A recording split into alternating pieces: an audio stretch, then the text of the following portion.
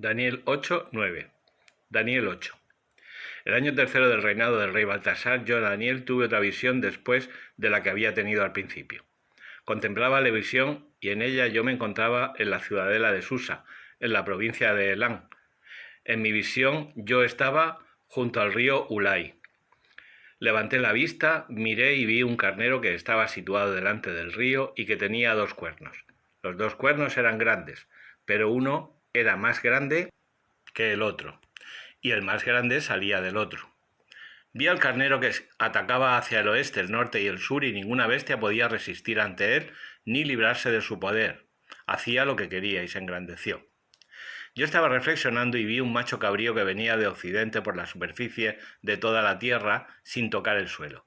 El macho cabrío tenía un formidable cuerno entre los ojos.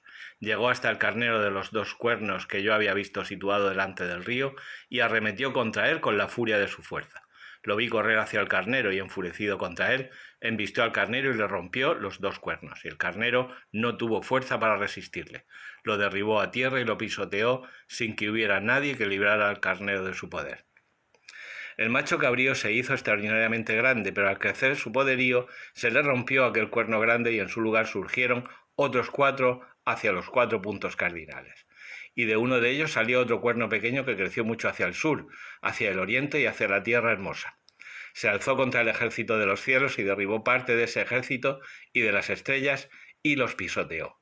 Se elevó hasta el jefe del ejército, suprimió el sacrificio cotidiano y derribó su santuario. Se le dio un ejército contra el sacrificio cotidiano por los pecados, arrojó por tierra la verdad y actuó con éxito. Después oí a un santo que hablaba y a otro santo que decía al que estaba hablando: ¿hasta cuándo durará la visión, el sacrificio cotidiano, el pecado de la actual desolación, el santuario y el ejército pisoteados? Y le contestó: 2300 tardes y mañanas, y será purificado el santuario. Yo, Daniel, seguía contemplando la visión y trataba de comprenderla cuando apareció ante mí como la imagen de un hombre. Oí una voz humana junto al río Ulai que gritó diciendo: Gabriel, explícale la visión. Se acercó a donde yo estaba y al acercarse me aterroricé y caí de bruces. Me dijo: comprende, hijo de hombre, que la visión tendrá su cumplimiento en el tiempo final. Mientras él hablaba conmigo, quedé inconsciente rostro a tierra, pero me tocó y me hizo ponerme en pie. Me dijo: voy a darte a conocer lo que sucederá al final del tiempo de la cólera, pues está fijado el fin. El carnero dotado con 2 cuernos que has visto son los reyes de Media y de Persia, y el macho cabrío es el rey de Grecia, siendo el cuerno grande que había entre sus ojos el primer rey. Una vez roto este, surgieron 4 en su lugar. Son 4 reinos que surgieron de su pueblo, pero no con la misma fuerza. Al final de sus reinados, al colmarse las prevaricaciones, se alzará un rey insolente y experto en argucias. Su fuerza será poderosa, aunque no por ella misma. Devastará obras maravillosas, actuará con gran éxito y destruirá a los poderosos y al pueblo de los santos. Con su astucia hará prosperar el fraude en sus manos, se engrandecerá en su corazón y fríamente destruirá a muchos. Se alzará contra el príncipe de los príncipes, pero sin intervención humana será destrozado. La visión sobre la tarde y la mañana de la que se ha hablado es verdad, pero tú sella la visión porque es para días lejanos. Yo, Daniel, languidecí y estuve enfermo varios días. Después me levanté y me ocupé de los asuntos del rey, pero estaba confundido por la visión sin comprenderla. Daniel 9. El año primero de Darío, hijo de Asuero, medo de linaje y rey de los caldeos, el año primero de su reinado, yo, Daniel, indagué en los libros la palabra del Señor dicha al profeta Jeremías acerca del número de años que Jerusalén había de quedar en ruinas. Era 70 años. Después me dirigí al Señor Dios, implorándole con oraciones y súplicas, con ayuno, saco y ceniza. Oré al Señor mi Dios y le hice esta confesión: ay, mi Señor, Dios grande y terrible, que guarda la alianza y es leal con los que lo aman y cumplen sus mandamientos. Hemos pecado, hemos cometido crímenes y delitos, nos hemos rebelado apartándonos de tus mandatos y preceptos. No hicimos caso a tus siervos los profetas, que hablaban en tu nombre a nuestros reyes, a nuestros príncipes, a nuestros padres y a todo el pueblo de la tierra. Tú, mi Señor, tienes razón y a nosotros nos abruma la vergüenza, tal como sucede hoy a los hombres de Judá, a los habitantes de Jerusalén y a todo Israel, a los de cerca y a los de lejos, en todos los países por donde los dispersaste a causa de los delitos que cometieron contra ti. Señor, nos abruma la vergüenza a nuestros reyes, príncipes y padres porque hemos pecado contra ti. Pero mi Señor nuestro Dios es compasivo y perdona, aunque nos hemos rebelado contra Él. No obedecimos la voz del Señor nuestro Dios, siguiendo las normas que nos daba por medio de sus siervos los profetas. Todo Israel faltó a tu ley y se desvió sin escuchar tu voz. Por eso han caído sobre nosotros la maldición y el juramento escritos en la ley de Moisés, siervo de Dios, pues hemos pecado contra Él. Él ha cumplido las palabras que pronunció contra nosotros y contra nuestros jefes que nos gobernaban, enviándonos una calamidad tan grande que no ha habido otra bajo el cielo como la que ha sucedido en Jerusalén. Ha caído sobre nosotros toda esta desgracia, según está escrito en la ley de Moisés, y no hemos aplacado al Señor nuestro Dios, convirtiéndonos de nuestros crímenes y reconociendo tu verdad. El Señor estuvo atento a la desgracia y la trajo sobre nosotros, porque el Señor nuestro Dios es justo en todo lo que hace, y no hemos escuchado su voz. Ahora, mi Señor Dios nuestro, que sacaste a tu pueblo de Egipto con mano fuerte y te hiciste un nombre como el que hoy tienes, hemos pecado y obrado inicuamente. Señor mío, según toda tu justicia, retira por favor tu ira y tu furor de tu ciudad de Jerusalén, tu monte santo, porque por nuestros pecados y por los crímenes de nuestros padres, Jerusalén y tu pueblo son afrenta ante todos los que nos rodean. Escucha ahora, Dios nuestro, la oración de tu siervo y sus súplicas, y por tu honor, haz brillar tu rostro sobre tu santuario asolado, mi Señor. Ay, mi Señor, inclina tu oído y escúchame. Abre los ojos y mira nuestra desolación y la ciudad que lleva tu nombre. Pues al presentar ante ti nuestras súplicas, no confiamos en nuestra justicia, sino en tu gran compasión. Escucha, Señor, perdona, Señor, atiende, Señor. Actúa sin tardanza, Señor mío, por tu honor, pues tu nombre es invocado sobre tu ciudad y sobre tu pueblo. Aún estaba yo hablando y suplicando, confesando mi pecado y el de mi pueblo Israel, y presentando mis súplicas al Señor mi Dios en favor de su monte santo. Aún estaba pronunciando la súplica, cuando aquel hombre Gabriel, el que había visto al comienzo en la visión, llegó volando hasta mí a la hora de la ofrenda vespertina.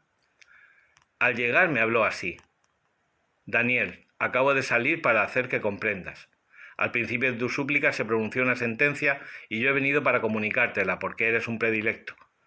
Entiende la sentencia, comprende la visión. 70 semanas están decretadas sobre tu pueblo y tu ciudad santa, para poner fin al delito, cancelar el pecado y expiar el crimen, para traer una justicia eterna, para que se cumpla la visión y la profecía, y para ungir el santo de los santos. Has de saberlo y comprenderlo. Desde que se decretó la vuelta y la reconstrucción de Jerusalén hasta un príncipe ungido, pasarán 7 semanas, y pasarán 62 semanas. Entonces será reconstruida con calles y fosos, pero serán tiempos de angustia. Pasadas las 62 semanas, matarán a un ungido inocente. Vendrá un príncipe con su tropa y arrasará la ciudad y el templo, pero su final será un cataclismo. Guerra y destrucción están decretadas hasta el fin. Hará una alianza firme con muchos durante una semana. Durante media semana hará cesar sacrificios y ofrendas, y pondrá sobre el altar la abominación de la desolación, hasta que el fin decretado le llegue al desolador. Sirácida 27, 1, 21. Por amar al dinero muchos han pecado, y el que pretende enriquecerse desvía la mirada. La estaca se clava unida entre dos piedras, y así, entre compra y venta, se introduce el pecado. Quien no se aferra enseguida al temor del Señor, pronto verá su casa arruinada. Cuando se agita la criba quedan los desechos, así cuando la persona habla se descubren sus defectos. El horno prueba las vasijas del alfarero y la persona es probada en su conversación. El fruto revela el cultivo del árbol, así la palabra revela el corazón de la persona. No elogies a nadie antes de oírlo hablar, porque ahí es donde se prueba una persona. Si buscas la justicia la encontrarás, y te la vestirás como túnica de gloria. Los pájaros anidan con los de su especie, y la verdad con los que la practican. El león acecha a su presa y el pecado a los que cometen injusticias. Las palabras del piadoso rezuman sabiduría, pero el insensato cambia como la luna. No pierdas el tiempo con los necios, pero entre los sensatos demórate sin reparos. La conversación de los necios es exasperante, solo se ríen los placeres del pecado.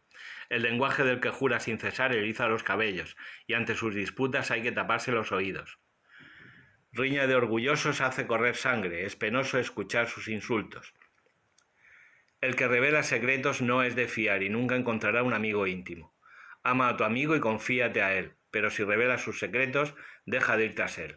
Porque como el asesino elimina a su víctima, así tú has destruido la amistad de tu prójimo.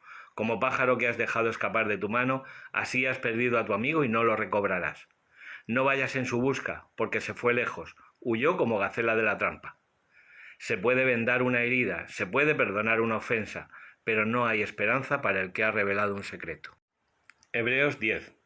Pues la ley, que presenta solo una sombra de los bienes futuros y no la realidad misma de las cosas, no puede nunca hacer perfecto a los que se acercan, pues lo hacen año tras año y ofrecen siempre los mismos sacrificios. Si no fuera así, ¿no habrían dejado de ofrecerse porque los ministros del culto, purificados de una vez para siempre, no tendrían ya ningún pecado sobre su conciencia? Pero en realidad con estos sacrificios se recuerdan año tras año los pecados, porque es imposible que la sangre de los toros y de los machos cabríos quite los pecados.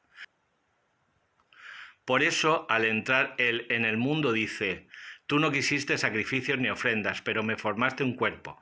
No aceptaste holocaustos ni víctimas expiatorias. Entonces yo dije: He aquí que vengo, pues así está escrito en el comienzo del libro acerca de mí, para hacer, oh Dios, tu voluntad. Primero dice: Tú no quisiste sacrificios ni ofrendas, ni holocaustos, ni víctimas expiatorias que se ofrecen según la ley. Después añade: He aquí que vengo para hacer tu voluntad. Niega lo primero para afirmar lo segundo. Y conforme a esa voluntad, todos quedamos santificados por la oblación del cuerpo de Jesucristo, hecha una vez para siempre. En efecto, todo sacerdote ejerce su ministerio diariamente, ofreciendo muchas veces los mismos sacrificios, porque de ningún modo pueden borrar los pecados. Pero Cristo, después de haber ofrecido por los pecados un único sacrificio, está sentado para siempre jamás a la derecha de Dios, y espera el tiempo que falta hasta que sus enemigos sean puestos como estrado de sus pies. Con una sola ofrenda ha perfeccionado definitivamente a los que van siendo santificados. Esto nos lo atestigua también el Espíritu Santo. En efecto, después de decir: Así será la alianza que haré con ellos después de aquellos días, añade el Señor. Pondré mis leyes en sus corazones y las escribiré en su mente, y no me acordaré ya de sus pecados ni de sus culpas. Ahora bien, donde hay perdón, no hay ya ofrenda por los pecados.